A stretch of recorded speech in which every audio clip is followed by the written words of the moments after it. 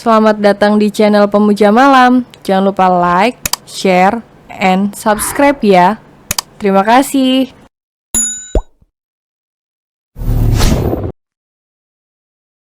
Episode 25 Tertidur Pulas di Pelukan. Ardian dan Lucy berpamitan pulang ke mansion karena anak-anak tidak baik terlalu lama di rumah sakit. Mas, panggil Kinan lembut. Maaf, Mas hanya memberinya pelajaran sayang. Balas Pram saat melihat tatapan Kinan. Oh iya, Bunda dan Ayah sudah makan? Tanya Pram tersenyum. Belum nak, ini kami akan makan dulu ke bawah. Kalian mau titip? Tanya Nata kembali. Tidak Bun, Pram nanti akan menyuruh Hendra membawanya sekalian dia akan mengambil berkas ke sini. Jawab Pram tersenyum. Baiklah, kami ke bawah dulu ya. Pamit Betran lalu mereka berlalu keluar ruangan. Pram duduk di ranjang dengan Kinan. Kinan langsung memeluk Pram dengan sayang. Mas kapan pulangnya dari sini? Aku bosan. Tanya Kinan dengan mengkerucutkan bibirnya. Karena gemas Pram mencium bibir Kinan dan melumatnya sebentar. Mas. Ucap Kinan kesal. Maaf Mas sangat gemas saat melihat wajahmu yang cantik. Balas Pram terkekeh. Nanti kita tanyakan pada dokter ya. Ucap Pram mengelus lembut kepala Kinan. Kinan memejamkan mata menikmati kehangatan dan kenyamanan di pelukan suaminya. Hingga ia tak sadar ia tertidur di pelukan Pram. Pram merebahkan tubuh Kinan di ranjang dengan hati-hati. Lalu ia beralih duduk di sofa sambil menunggu Hendra.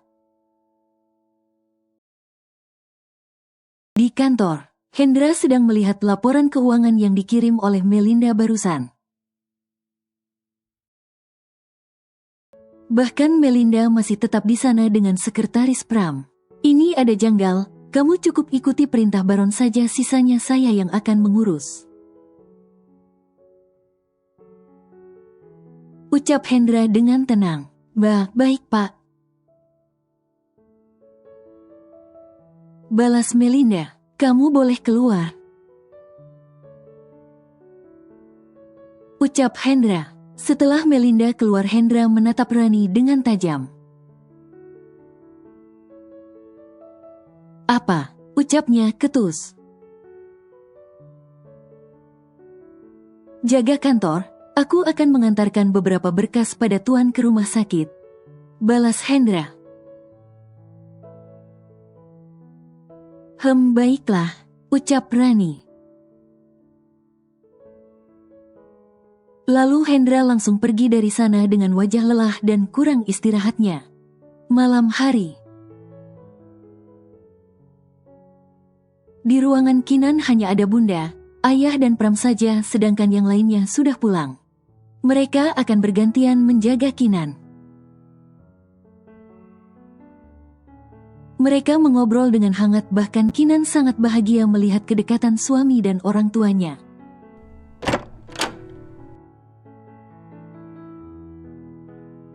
Maaf Tuan, kami harus memeriksa Nyonya kembali. Ucap dokter dengan ramah. Silahkan dok, balas Pram. Dokter tersebut memeriksa Kinan dengan keseluruhan. Setelah selesai ia tersenyum karena semua baik-baik saja. Semua sudah membaik, besok pagi sudah bisa pulang ya Nyonya, dan jangan lupa mengkonsumsi KB dulu ya. Ucap dokter menjelaskan. Terima kasih dok, balas Kinan tersenyum. Lalu sang dokter pun berpamitan untuk keluar karena tugasnya sudah selesai. Bunda yakin kamu pasti akan cepat pulih, nak. Ucap Nata memeluk putrinya. Iya, Bun, karena aku memiliki kalian yang sangat menyayangiku. Balas Kinan tersenyum. Pram dan Betran memilih duduk di sofa dan membiarkan para wanita bergosip ria. Betran membahas seputaran bisnis dengan Pram. Meskipun sudah pensiun, tetapi Betran tetap handal dalam berbisnis sampai membuat Pram begitu takjub pada ayah mertuanya. Mereka mengobrol hampir larut malam.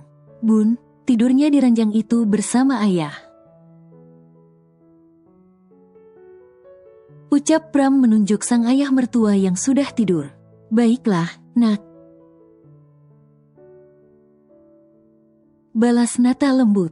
Lalu Pram tidur di sisi Kinan dan memeluknya dengan posesif. Sedangkan di markas para preman merasa puas karena mendapatkan wanita yang secantik Bella dengan kulit mulus dan halus. Mereka berlima serasa diberi jackpot dengan kelakuan nakal Bella yang telah diberi suntikan tadi oleh Hendra. Anak buah Pram hanya menggeleng kepala saat melihat wajah puas preman tersebut. Lalu mereka dengan cepat memakaikan baju pada tubuh Bella dan membersihkan tempat tersebut karena bau anyir yang sangat menjijikan. Heh, kau kelihatan begitu puas ya dengan 5 orang lelaki. Ucap anak buah Pram terkekeh. Diam kalian, aku akan membalas perbuatan kalian. Balas Bella dengan nafas ngos-ngosan.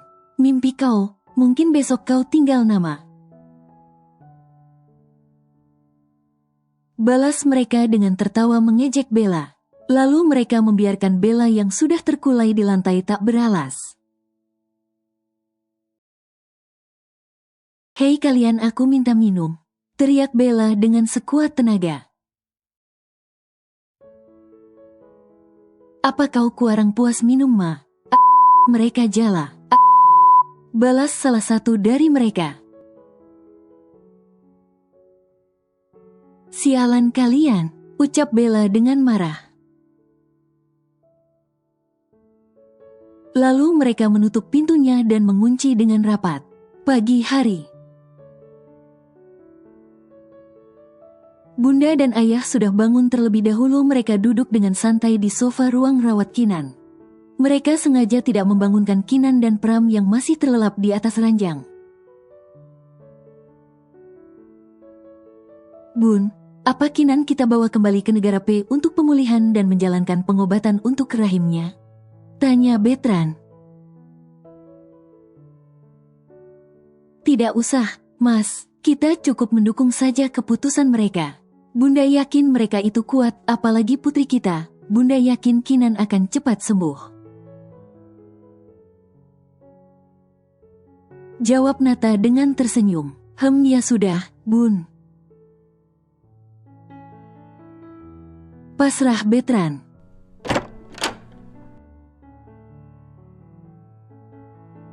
Muncullah Wulan dan Robert yang membawa rantang makanan. Astaga Pram, kenapa dia masih tertidur?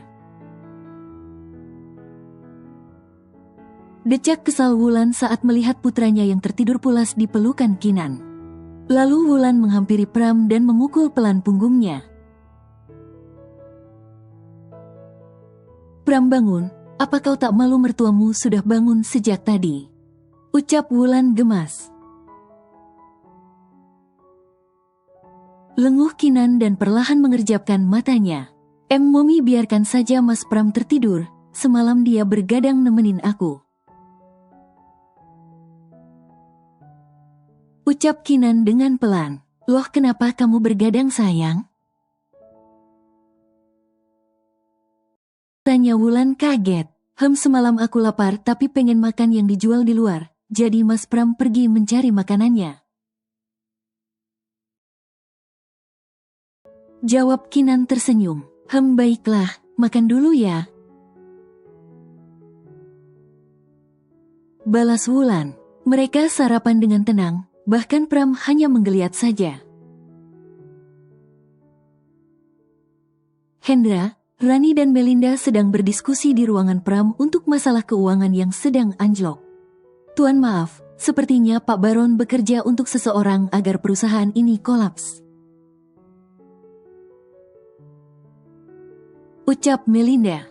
Ya, dia bekerja untuk Bella, agar Tuan Pram bersedia meminta bantuan padanya dengan syarat menikahi Bella. Balas Hendra santai. Wanita itu ingin rasanya aku memukul kepalanya. Geram Rani sambil mengepalkan tangannya. Melinda terkekeh melihat raut wajah sekretaris atasannya yang sedang kesal itu. Besok juga sudah kembali lagi seperti semula, karena aku sudah mengurusnya. Ucap Hendra. Baik Tuan, jawab mereka bersama. Lalu mereka membahas masalah pekerjaan, bahkan saking asyiknya mereka baru selesai jam makan siang. Kita makan dulu Tuan. Sela Rani saat Hendra akan berbicara kembali. Kau ini.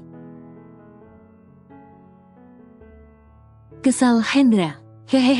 Lapar Tuan. Ucap Rani cengengesan. Lalu mereka turun untuk ke restoran seberang kantor tersebut. Saat ini Pram, Kinan dan lainnya sudah berada di mansion Wicaksono. Mereka berkumpul di ruang keluarga dengan formasi keluarga lengkap.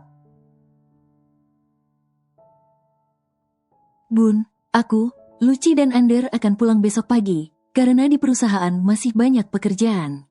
Ucap Ardian di sela mereka mengobrol masalah liburan. Iya, Nak, Bunda dan Ayah akan ikut kalian.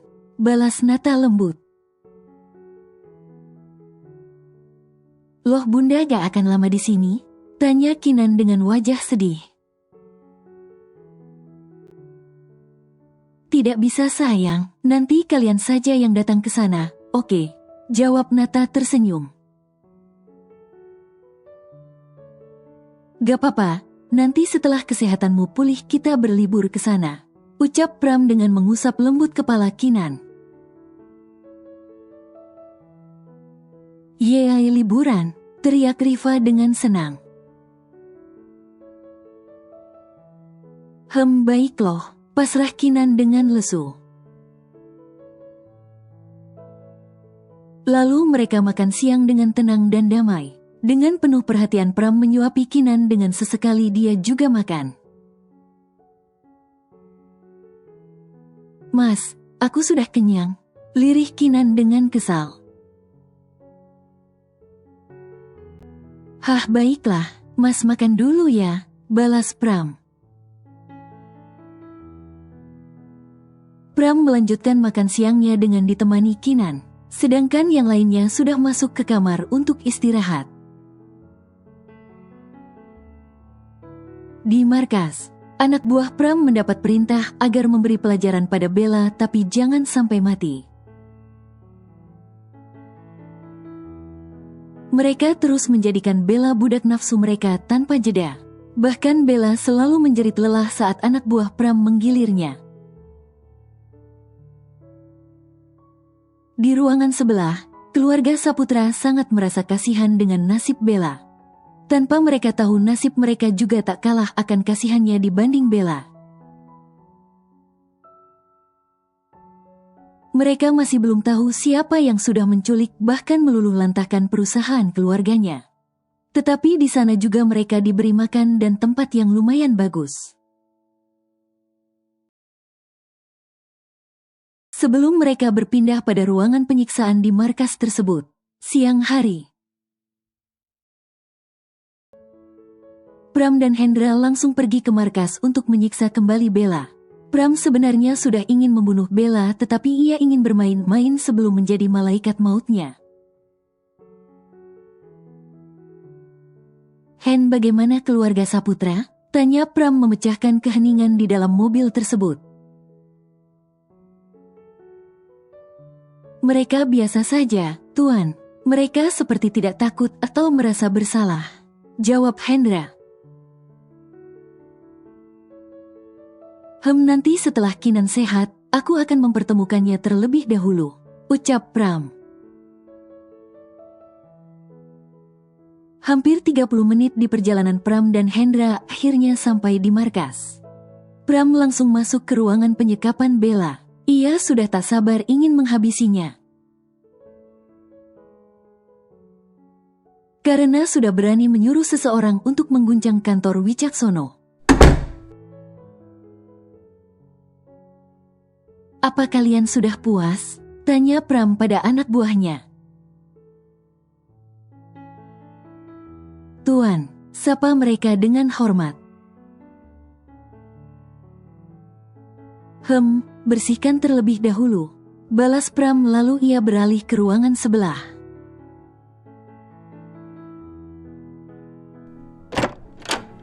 Selamat siang ayah dan ibu mertua.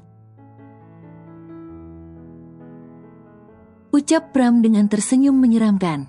Tuan Pram. Jawab mereka dengan terbata. Mereka tidak tahu bahwa yang sudah menculiknya adalah Pram. Ya, ini aku. Apa kalian terkejut? Balas Pram dengan aura mematikan. Pram lalu duduk di kursi yang sudah Hendra sediakan. Ia akan menyiksanya perlahan. Ambilkan aku peralatan bedah. Titah Pram dengan santai. Anak buah Pram memberikan pisau bedah, gunting serta alkohol. Pram mendekati Priscilla lalu dengan sengaja ia menancapkan gunting pada kaki jenjangnya. Arg sakit, erang Priscilla dengan histeris. Ini bukan apa-apa dibandingkan kalian yang sudah membunuh adikku Alik. Balas Pram dingin. Lalu tangan Priscilla ditarik dan Pram mengukir di tangannya dengan pisau kecil yang tajam. Ampun tuan, ini sakit Hicks. Ucap Priscilla menangis. Tuan jangan sakiti anakku. Teriak ibu Priscilla dengan air mata yang sudah menetes. Oh baiklah, aku akan menyakiti kalian saja. Balas Pram.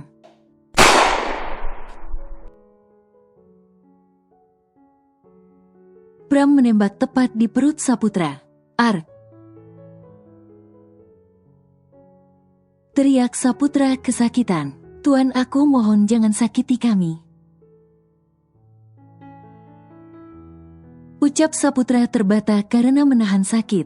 Hei ini bukan apa-apa jika dibandingkan kalian yang sudah membunuh adikku. Teriak Pram dengan emosi. Mereka langsung terdiam dengan menundukkan kepalanya. Priscilla mengerang kesakitan saat Pram mencabut gunting di kakinya.